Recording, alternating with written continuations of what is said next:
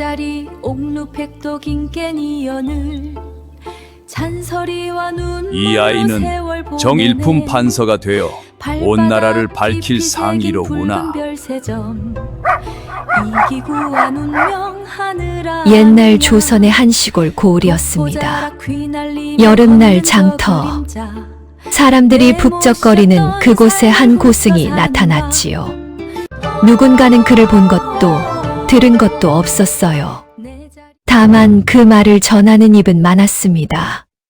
저 아이는 정일품 판서가 되어 온 나라를 밝힐 상이로구나.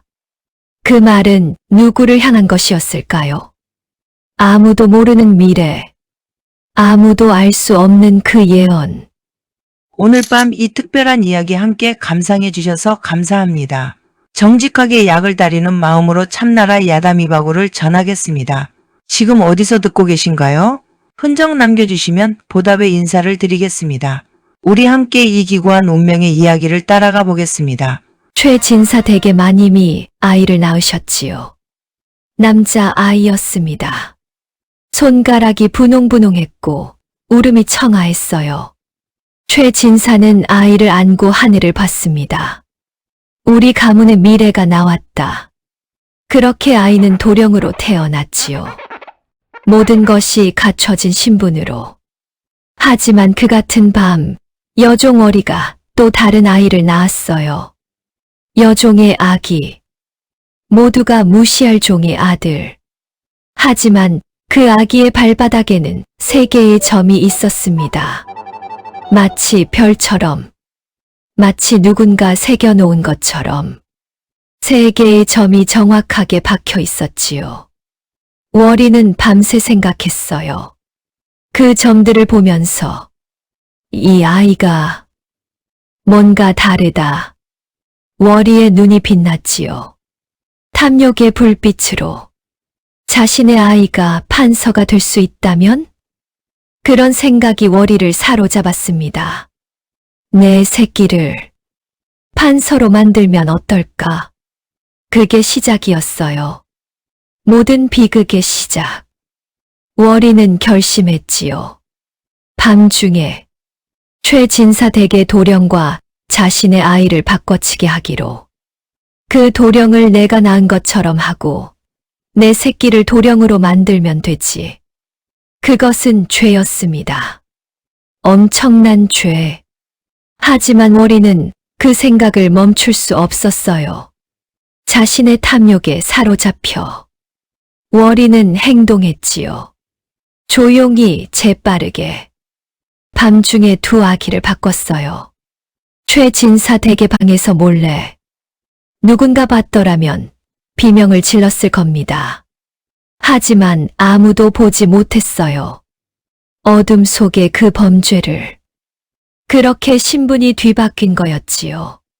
한순간 안에 최진사는 아침에 깨어났어요.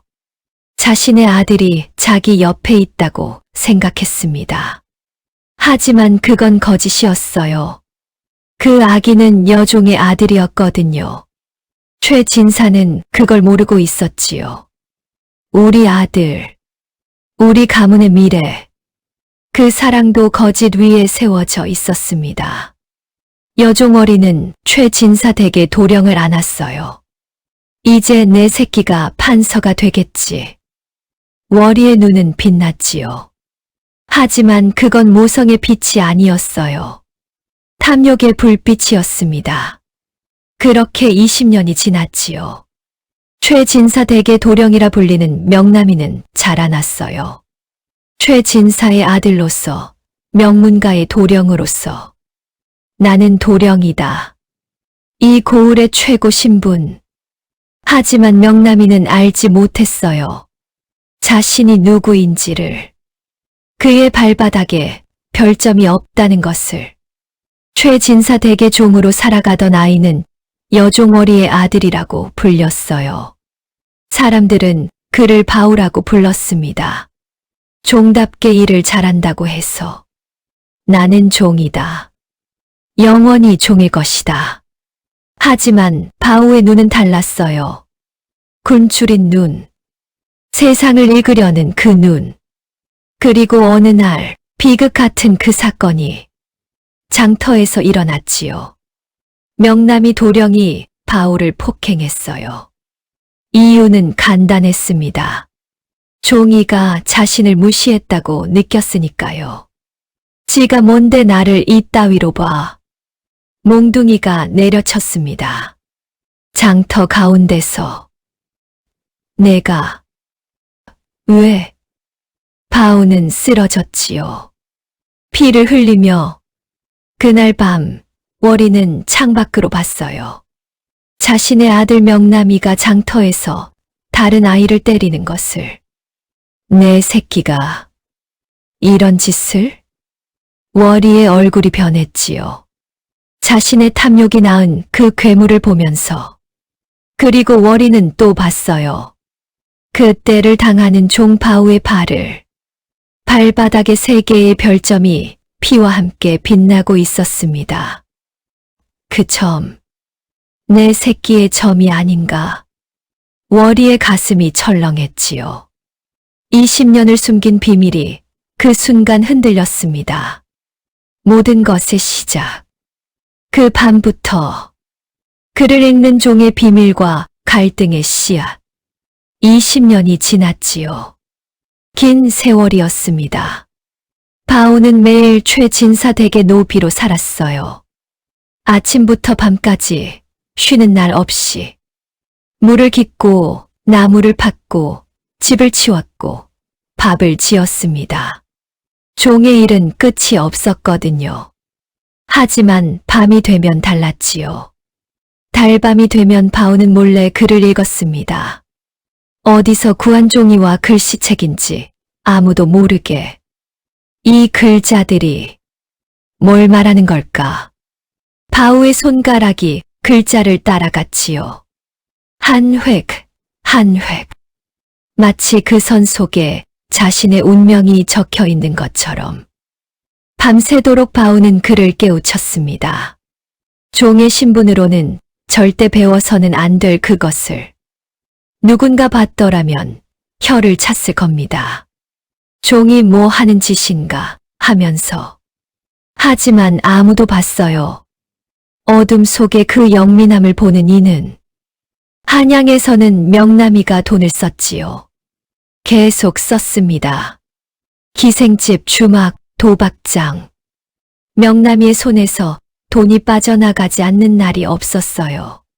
최진사가 보낸 돈도 친척들이 빌려준 돈도 모두 사라졌습니다. 아버지는 뭘 모르겠지. 명남이는 생각했지요. 최진사는 원거리의 아버지일 뿐이었습니다. 자신을 진정으로 아는 사람이 아니라 멀리서 돈만 보내는 하나의 자원일 뿐.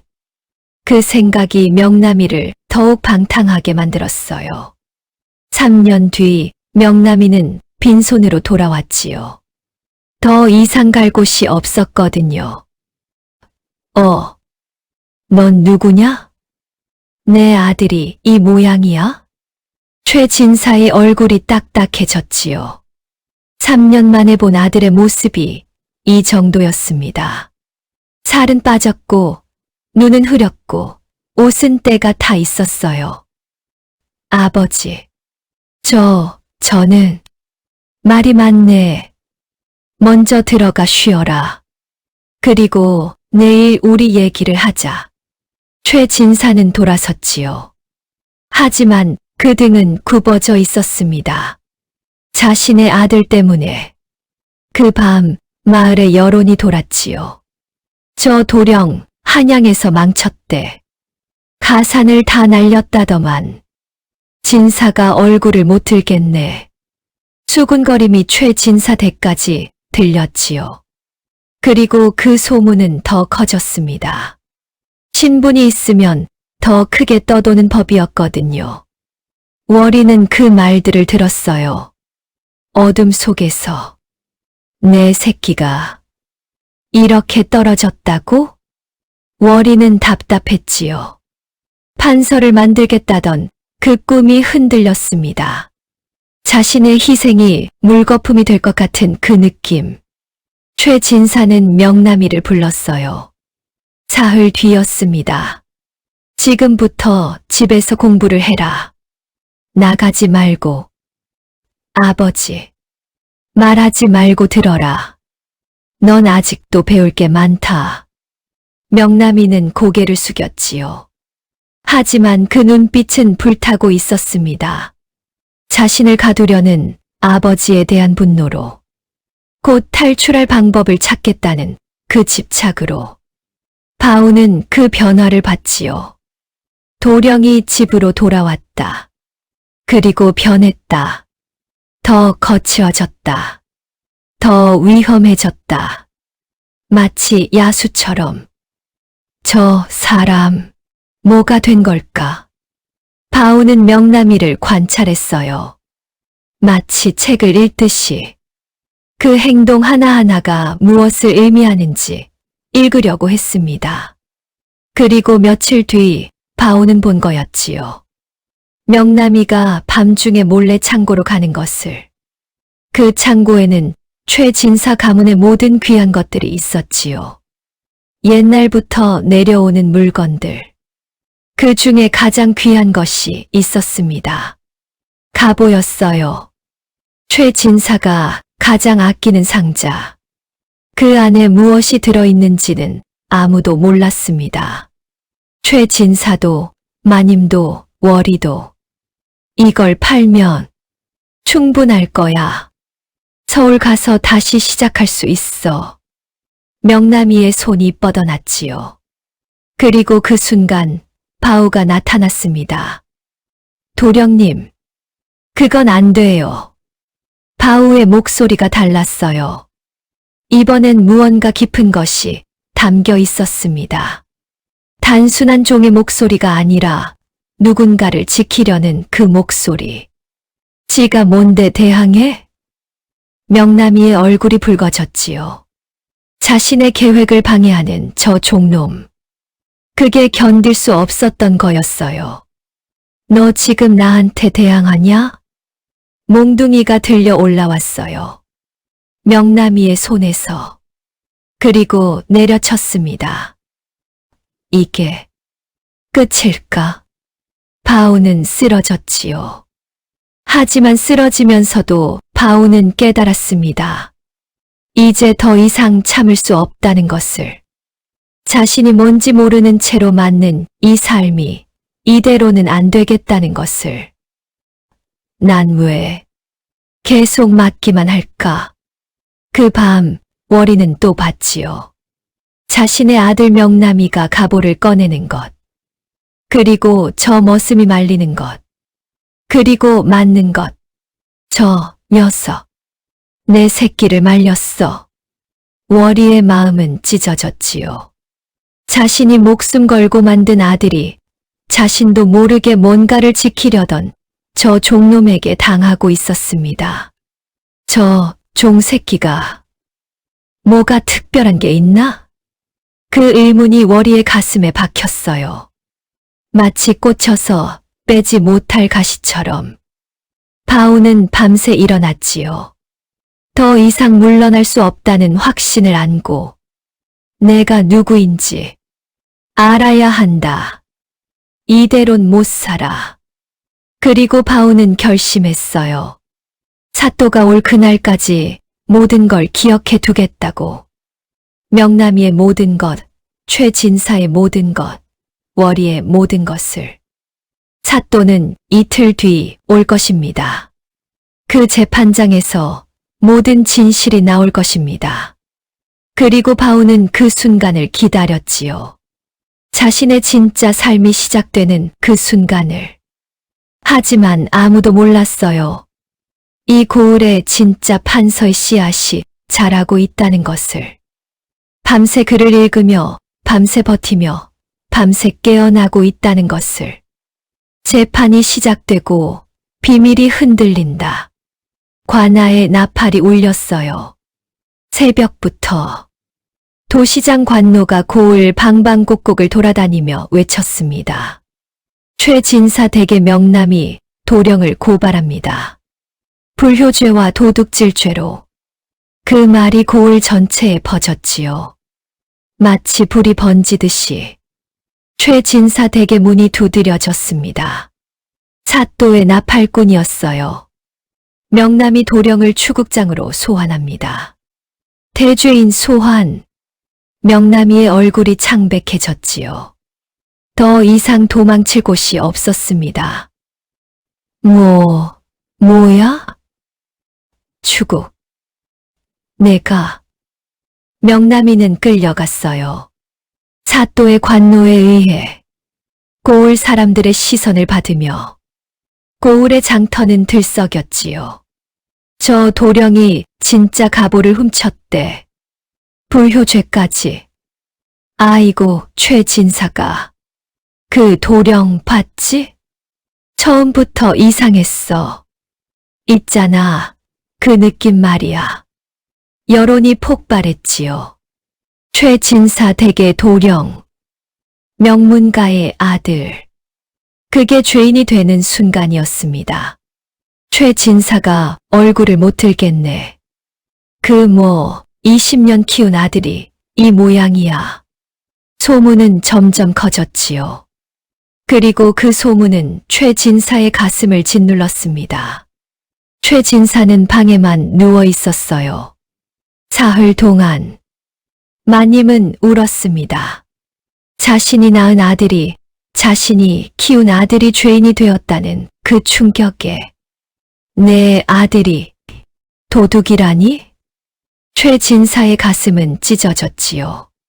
신분도 명예도 모두 무너지는 그 고통에. 그리고 그 고통은 집 전체를 덮었습니다. 월이는 창 너머로 모든 걸 봤어요. 최진사의 고통, 마님의 울음, 고을 여론의 냉정함, 그리고 자신의 아들이 문제라는 것. 내 새끼가 무너지고 있다. 월이의 몸이 떨렸지요. 자신이 판서로 만들려고 바꿔치기까지 했던 그 아들이 이제 죄인이 되어가고 있었습니다. 그 종 새끼한테 왜 말렸어? 왜 가보를 못 가져갔어? 월이는 괴로워했어요. 자신의 선택이 빗나갔다는 그 깨달음 속에서 자신이 만든 판서가 판사의 벽장에 갇혀 있었습니다. 추국 재판이 시작되었지요. 사또의 관정에서 명남이 너는 최진사의 아들인가? 네, 사또마님. 저는 먼저 대답만 해라. 가보를 훔쳤는가? 명남이의 입이 떨렸지요. 저는 아닙니다, 사또마님. 거짓이었어요. 그 말이 거짓이라는 걸 모두가 느꼈습니다. 그렇다면 가보는 누가 훔쳤는가? 침묵이 흘렀지요. 명남이는 고개를 들었습니다. 그리고 고개를 돌렸어요. 증인석을 향해. 제가 알려드리겠습니다. 사또가 기다렸어요. 저희 집 모든 일은 저희 집 종들이 합니다. 명남이가 말을 바꿨지요. 자신의 죄를 다른 것으로 뒤집으려고. 아마 그 종들이 훔쳤을 겁니다. 사또는 웃지 않았어요. 대신 짧게 말했습니다. 가보를 보여라. 관노가 나갔지요. 그리고 돌아왔습니다. 가보를 들고. 가보는 낡아 있었어요. 하지만 그 안에는 뭔가 있었습니다. 뭔가 중요한. 이것을 누가 팔았는가? 침묵이 다시 흘렀지요. 그리고 모두가 알았습니다. 이건 가보의 문제가 아니라는 것을. 명남이는 일어섰어요. 사또마님, 제가 죄인입니다. 명남이는 무릎을 꿇었습니다. 갑자기. 하지만 이건 우리 집종의 월이가 그년이 했습니다. 모든 게 터졌지요. 명남이는 살기 위해 월이를 팔아버렸습니다. 자신이 낳아주고 키워준 여종을 그 천한 종년이 부추겼습니다. 저기 그년을 죽여주세요. 고을은 떠들썩해졌어요. 악을 쓰는 도령의 목소리가 관정을 울렸습니다. 월이는 증인석에 섰어요. 떨리는 발로 사또가 물었습니다. 너는 이 도령을 부추겼는가? 저는 아닙니다, 사또마님. 월이의 목소리는 작았어요. 하지만 그 눈은 달랐습니다. 이 불효한 것. 자기 어머니를 팔아? 월이는 깨달았지요. 자신이 판서로 만들려고 바꿔치기까지 했던 그 아들이 지금 자신을 배신했다는 것을. 월이의 눈빛이 변했지요. 마치 누군가 다른 사람이 되어가는 것처럼. 월이는 사또를 향해 고개를 들었습니다.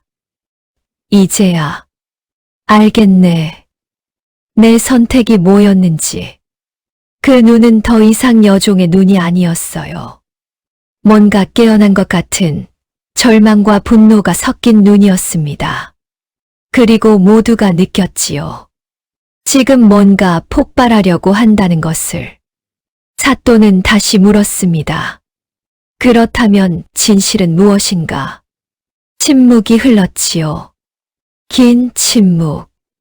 그 침묵 속에서 월이는 30년을 품고 있던 비밀을 흔들고 있었습니다. 마치 관 위의 뚜껑이 열리려고 하는 것처럼. 저 종새끼. 왜 하필 자기 아들을 지키려던 거야? 왜 그런 눈으로 봤어? 월이는 바울을 봤어요. 증인석에 앉아있는 그 종을. 그리고 그 순간 월이는 깨달았지요.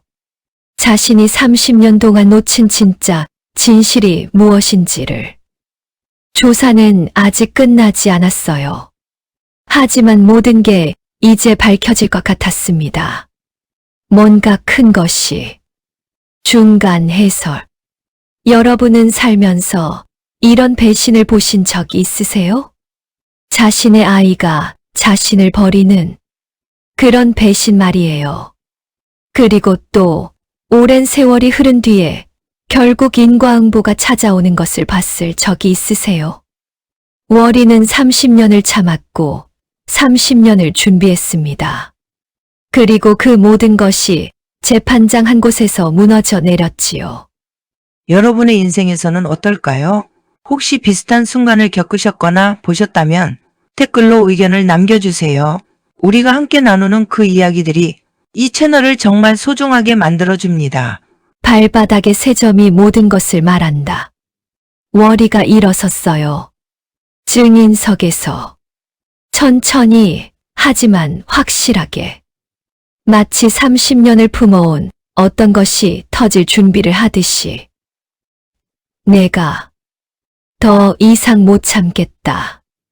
월이의 몸이 떨렸지요. 하지만 그건 두려움이 아니었습니다. 분노였어요. 배신에 대한 분노, 절망에 대한 분노. 사또가 월이를 보고 있었지요. 뭔가 이 여종이 말할 게 있다는 것을 아는 듯이. 너 뭔가 있는가? 사또만이.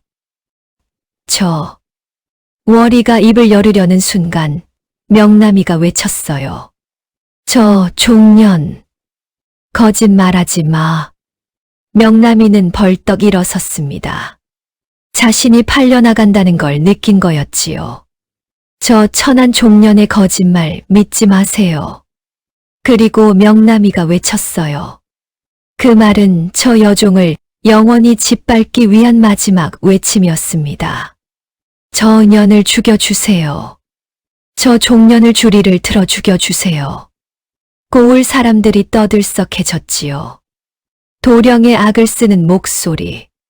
그건 마치 자신의 모든 걸 버리는 비명 같았습니다. 저 년이 날 부추겼어. 날 자극했어. 저 년을 죽여. 명남이는 이미 사람이 아니었지요. 자신을 구하기 위해 자신이 낳아주고 키워준 여종을 자신의 어머니를 팔아버린 괴물이 되어 있었습니다. 그 순간이었어요. 월이의 눈이 뒤집혔습니다.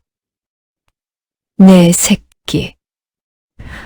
내 자식. 30년이었지요.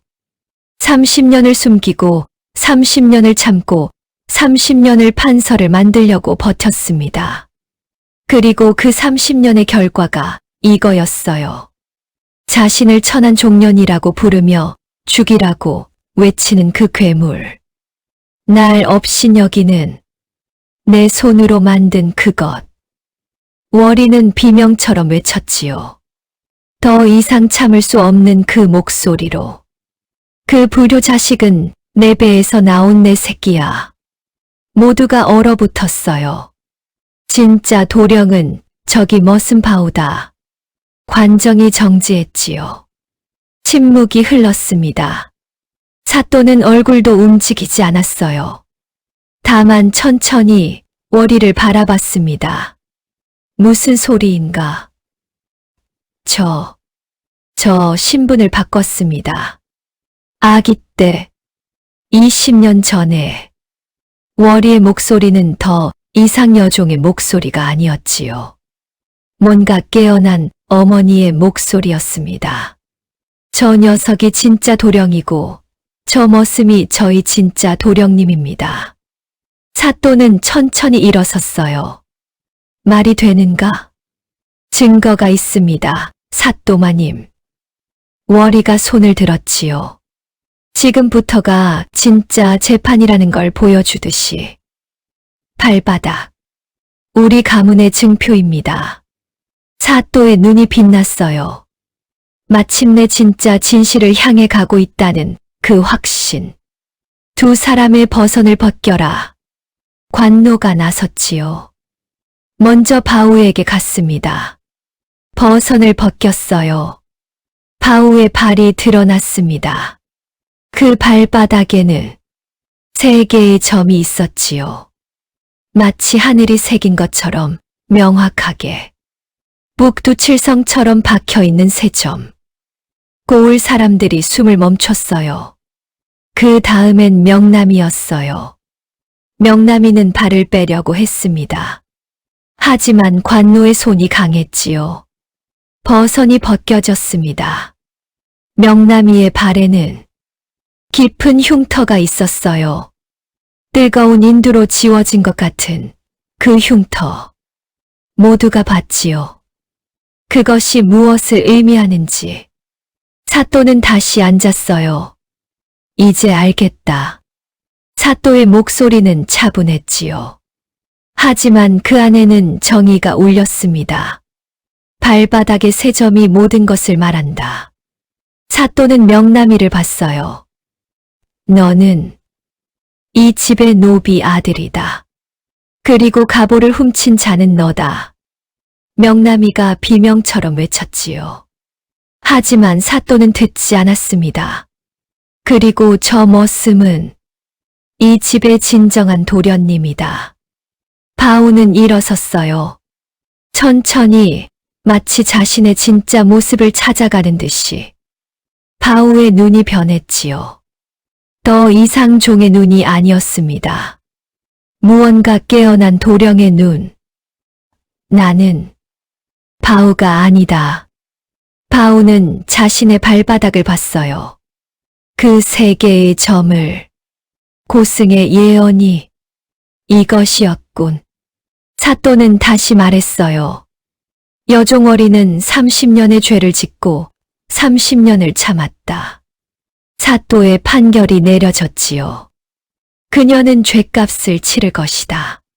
하지만 또한 그녀의 증언이 없었다면 이 재판은 시작되지 않았을 것이다. 사또는 조용히 말했어요. 그 머슴 바우는 이제부터 그 자리를 찾을 것이다. 자신의 진정한 신분으로. 정의가 내려졌지요. 하늘이 심판했어요. 고을 사람들은 모두 침묵했어요. 신분이 뒤바뀌다니. 도령이 종이었고 종이 도령이었다니. 그게 가능한 일이라니. 하지만 발바닥의 3점은 거짓이 아니었지요. 하늘이 새긴 증표였어요. 월이는 옥으로 끌려가며 명남이도 죄인으로 끌려가며 바오는 남았어요. 그리고 바오는 내려다봤지요. 옥으로 가는 월이를.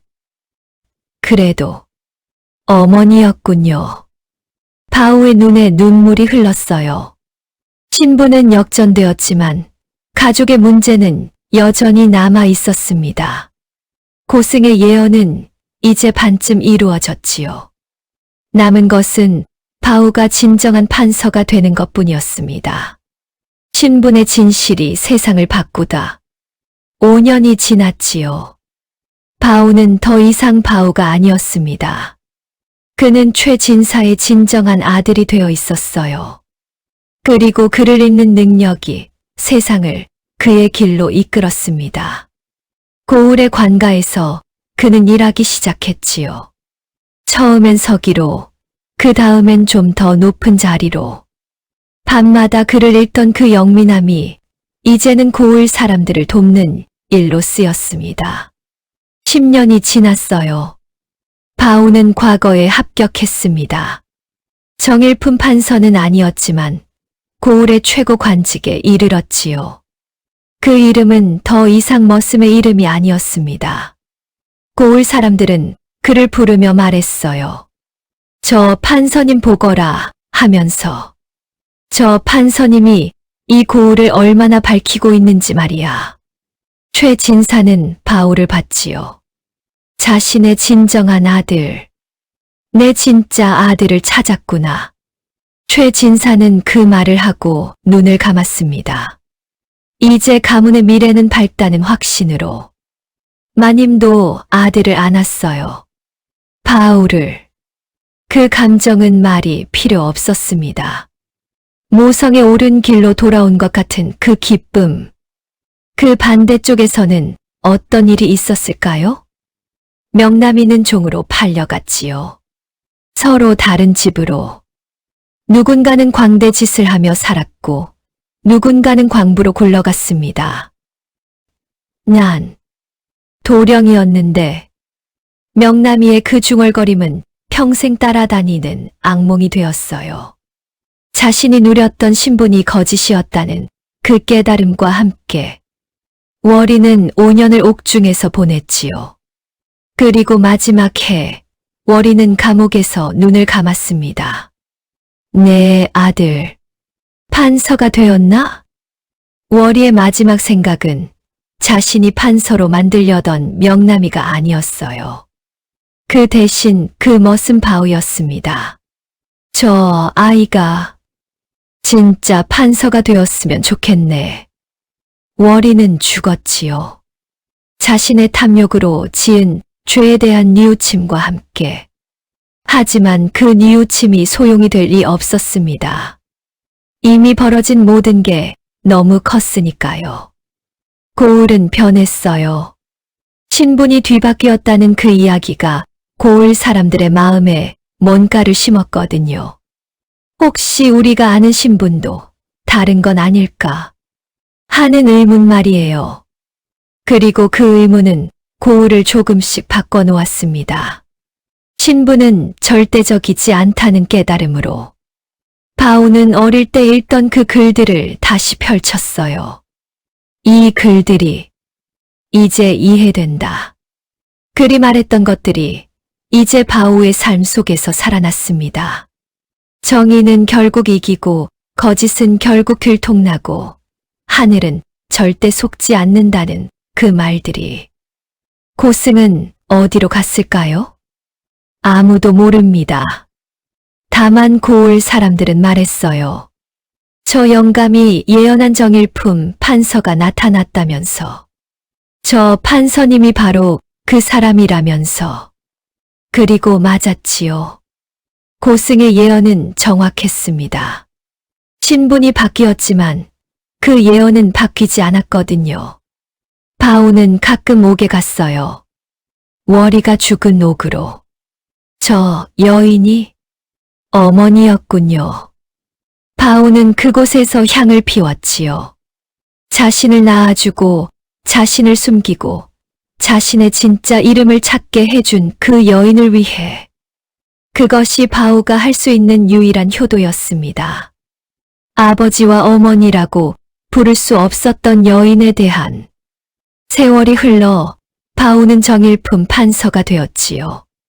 고생의 예언이 완벽하게 이루어진 것이었습니다. 그리고 바오는 매번 그 자리에 앉을 때 발바닥의 세 점을 바라봤어요. 이 점들이 나를 지켰다. 신부는 거짓이었지만 혈통은 거짓이 아니었지요. 하늘이 심은 그 표시가 증명했으니까요. 결국 신분도 거짓도 모든 게 드러난다는 것을.